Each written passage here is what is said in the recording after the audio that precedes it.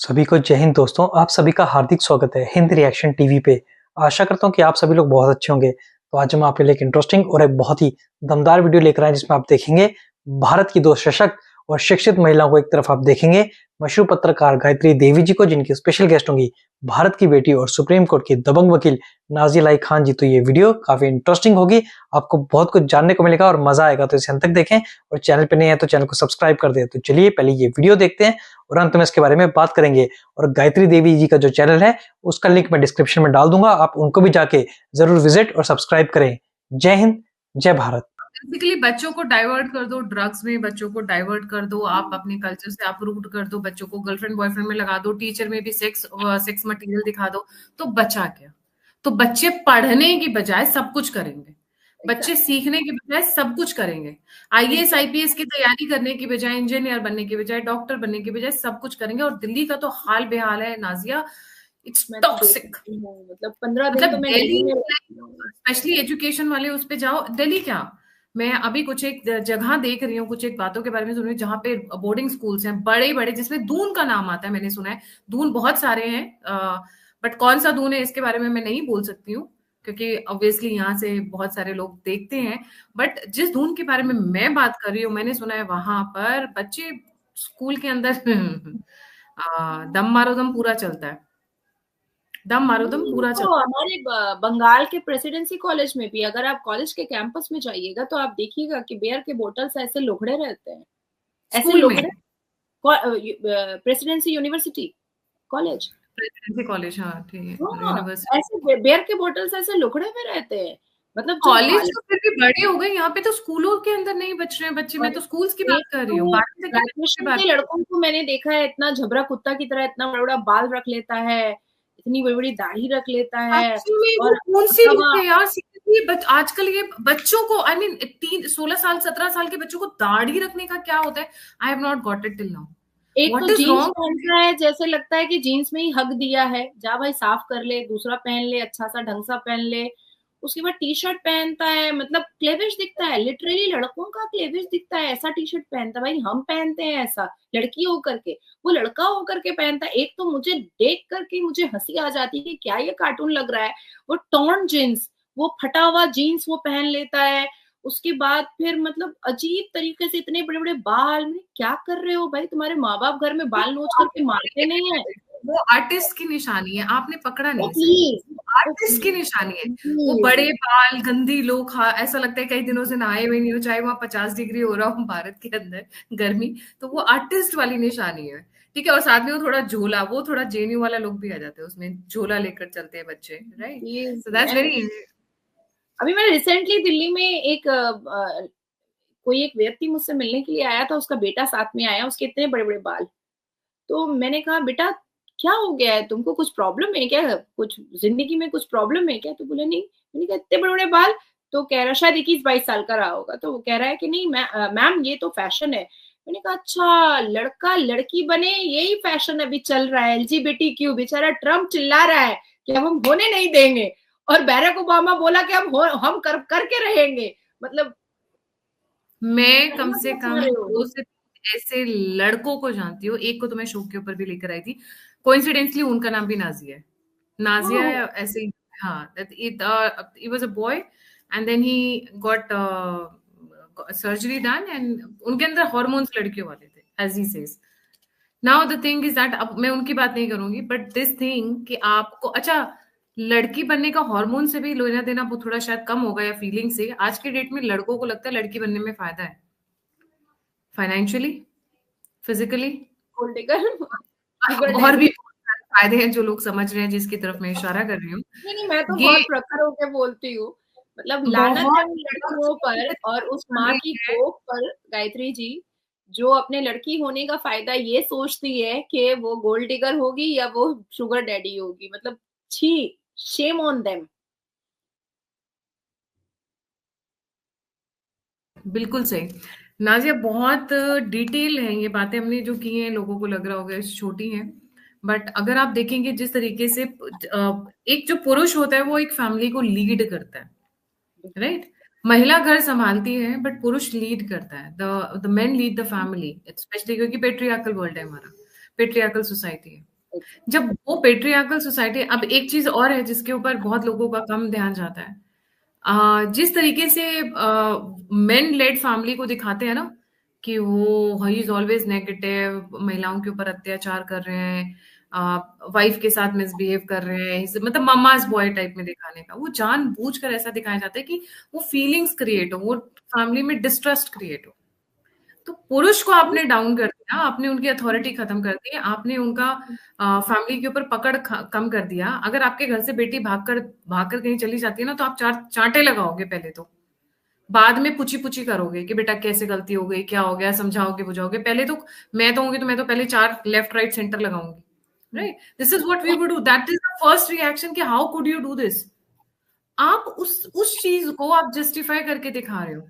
और अगर फादर वही चीज कर रहा है तो वो विलन बन गया क्या? सबसे बड़ा बोझ नहीं बोलूंगी, पर सबसे बड़ी रिस्पॉन्सिबिलिटी एक फादर के कंधों पे उसकी डॉटर की होती है, right? Not even the wife, not even the son, daughter की होती है कि भाई घर की लक्ष्मी है, इसको संभाल के रखना है till the time she is independent, till the time she can take care of her self. But अगर वही बाप थोड़ा स्ट्रिक्ट होता है, उसको एकदम नेगेटिव डोमेन में आइडेंटिफाई करते हैं, नेगेटिव तरीके से उसको पोर्ट्रे करते हैं। आपने उस बाप की अथॉरिटी कम कर दी जो अपनी बेटी की रक्षा करना चाहता है। आपने उस भाई का कद छोटा कर दिया जो अपनी बहन की, अपनी माँ की रक्षा करना चाहता है। तो आपने पुरुष को डाउन कर दिया और महिलाओं को ये अप कर दिया कि वो भी छोटे छोटे mini mini hot hot pants पहन के घूम रही है कमर मटकाते हुए, और ये हमारी भी जिंदगी अच्छी है, और डिफरेंट स्टाइल्स में कूल कूल जिंदगी है। व्हाट यू डूइंग इज कि आपने महिलाओं के साथ तो जो कर रहे हैं वो तो सभी को दिख रहा है, पर पुरुषों को भी तो ये इस तरीके से पुश डाउन कर रहे हैं, कॉर्नर कर रहे हैं, और पुरुषों को ये चीज समझ नहीं आ रही है। ये चीज नहीं समझ में आ रही है। अपने भाई की, अपने बाप की, अपने पति की अथॉरिटी को घर में कम कर रहे हैं। तो जब पति की अथॉरिटी कम हुई तो वाइफ उसकी रिस्पेक्ट करेगी? सवाल ही नहीं उठता है। They will not respect the man, and when a woman doesn't respect the man, she cannot be a partner. Then तो फिर वो बोलेगी चल पतली गली से निकल। These are very important aspects. I hope I have been able to I have been able to explain to my viewers, and that's what we try and do here. I hope हमारे viewers को हमारा ये angle पसंद आया हो, but we'll keep elaborating and we'll keep trying. If not with a dedicated program, then all in the different programs. जी नाजिया। जी। नहीं, मैंने तो कई बार देखा है कि हमारे हिंदू घर की बेटियां जो होती हैं, वो जब तक हिंदू रहती हैं तब तक तो भाई को आंखें दिखा देती हैं, अपने पिता को आंखें दिखा देती हैं, मेरी मर्जी है, माई लाइफ माई रूल, मेरा जो मन चाहेगा मैं वो करूंगी। और उसके बाद फिर जैसे ही उनको कोई कटवा पसंद आ जाता है, सीधा टेंट में दिखाई देती हैं, सीधा। मतलब मैं तो चौंक जाती हूँ कि भाई ये ऐसा कौन-सा मोहब्बत कटवे देते हैं, जिसमें मतलब सीधा आप भाई के सामने तेवर दिखाते हो, आप अपने पिता को तेवर दिखाते हो, घर में रहने वाले सारे चाचा, मामू, नाना सबको तेवर दिखा देते हो, माई लाइफ माई रूल बता देते हो। और जैसे ही आप कटवा के पास जाते हो, वैसे ही आप टेंट में नज़र आ जाते हो, पूरी हिजाबन और जिहादन बन जाती हो। तो आई थिंक कि हमें ऐसे इशारा कर रही है जिसकी अभी अभी शादी हुई है और जिनके पति अभी अभी महाराष्ट्र इलेक्शंस में भी उतरे थे। आप, मुझे लग रहा है आप नहीं, ये तो सब्जेक्ट आप नाम भी सामने आ ही गया। Viewers are very very active and I really admire that. जी। अच्छा, स्वरा भास्कर इस काइंड ऑफ एक्टर जिसने हमेशा औरत को बहुत बेहुदा दिखाया है अपनी एक्टिंग से। औरत को हमेशा एक्सेप्ट वन, नील बटे सन्नाटा। नहीं, और भी करीना कपूर के साथ, हाँ, एक्सेप्ट नील बटे सन्नाटा। हाँ, वो एकाक शायद पैसे की वजह से उसको रोल पसंद नहीं आया होगा, फिर भी कर ली होगी। अदरवाइज उसकी रेस्ट ऑफ जितनी भी मूवीज है, एक को छोड़ करके जितनी भी मूवीज है, उसमें औरत को बहुत जलील किया है अपनी हरकतों से। किसी में डिल्डो यूज कर रही है, किसी में दारू पी रही है, किसी में प्रोस्टिट्यूट बनी हुई है, किसी में कुछ कर रही है। लेकिन अच्छा, हमारी कम्युनिटी, मुस्लिम कम्युनिटी में भी बड़ा अजीब व गरीब है। हम जैसी लड़कियां हमारे मुस्लिम मुफ्ती मुल्ला को पसंद नहीं आते हैं, ये बिकिनी वाली बहुत जल्दी पसंद आ जाती है।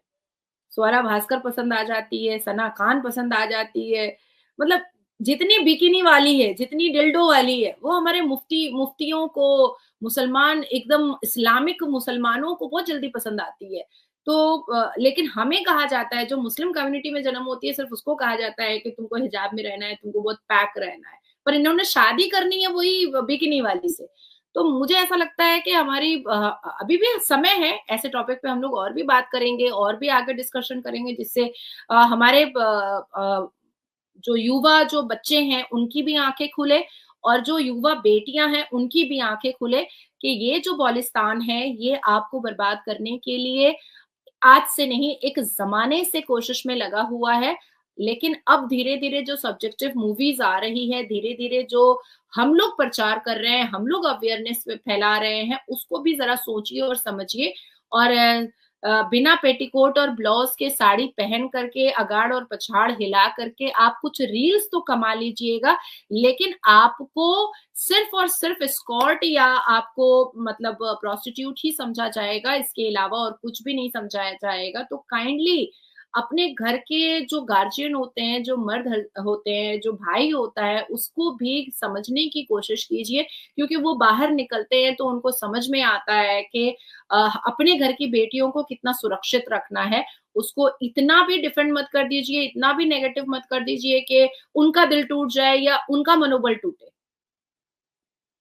जी। क्वेश्चन है, only one dream Akhand Bharat in 2024 का। Any news of Sushant Singh Rajput murder case and dishes? Not as yet, but we are hearing कि हो सकता है कि अब जो गवर्नमेंट आ गई है तो there might be some actions on Palghar and also in the SSR case जिसकी आप बात कर रहे हैं। नहीं, जी, पालघर पे तो मतलब अच्छा खासा एक्शन लिया जाएगा और मुझे ऐसा लगता है कि सुशांत सिंह के मर्डर को फिर से एक बार ओपन करना चाहिए, क्योंकि मैं अभी भी I have a difference of opinion. Sushant Singh में जो बेबी पेंगुइन इन्वॉल्व है वो फाइल यूज की जाएगी, बट आगे क्या होगा वो मुझे डिफिकल्टी नजर आती है। वो फाइल यूज की जाएगी आगे आने वाले टाइम में। जी। एंड ये कह रहे हैं CBI sleeping, any new news of SRR and दिशा's murder case, please ask ma'am Nazia Ilahi. जय श्री राम। मैम ने जवाब ऑलरेडी दे दिया है। Thank you so much. जी, thank you so much Nazia for joining after a long time. जाने से पहले सभी व्यूअर्स से रिक्वेस्ट है, लाइक सब्सक्राइब और शेयर करना नहीं भूलिएगा। और अगर आप कंट्रीब्यूट करना चाहते हैं, फीडबैक देना चाहते हैं, मुझसे जुड़ना चाहते हैं, तो सभी के सभी लिंक्स डिस्क्रिप्शन बॉक्स में। इसी के साथ जय हिंद, जय श्री राम, हर हर महादेव। जय जगन्नाथ, वंदे मातरम, भारत माता की जय। जय जय श्री राम। दोस्तों, आशा करता हूं कि वीडियो को आपने अंत तक देखा होगा और हमेशा की तरह गायत्री देवी जी और नाजिया इलाही खान जी का पूरा डिस्कशन आपको काफी पसंद आया होगा और इस वीडियो में आपको बहुत कुछ जानने को मिला होगा। तो ये वीडियो अगर आपको अच्छी लगी, इसे लाइक और शेयर जरूर कर दें और अपने विचार हमें कमेंट सेक्शन में लिखकर जरूर बताएं। और एक बार फिर चैनल पर नहीं है तो चैनल को सब्सक्राइब कर दें। तो चलिए फिर मिलेंगे ऐसी किसी जबरदस्त और इंटरेस्टिंग वीडियो में। तब तक अपना ध्यान रखिए। जय हिंद, जय भारत।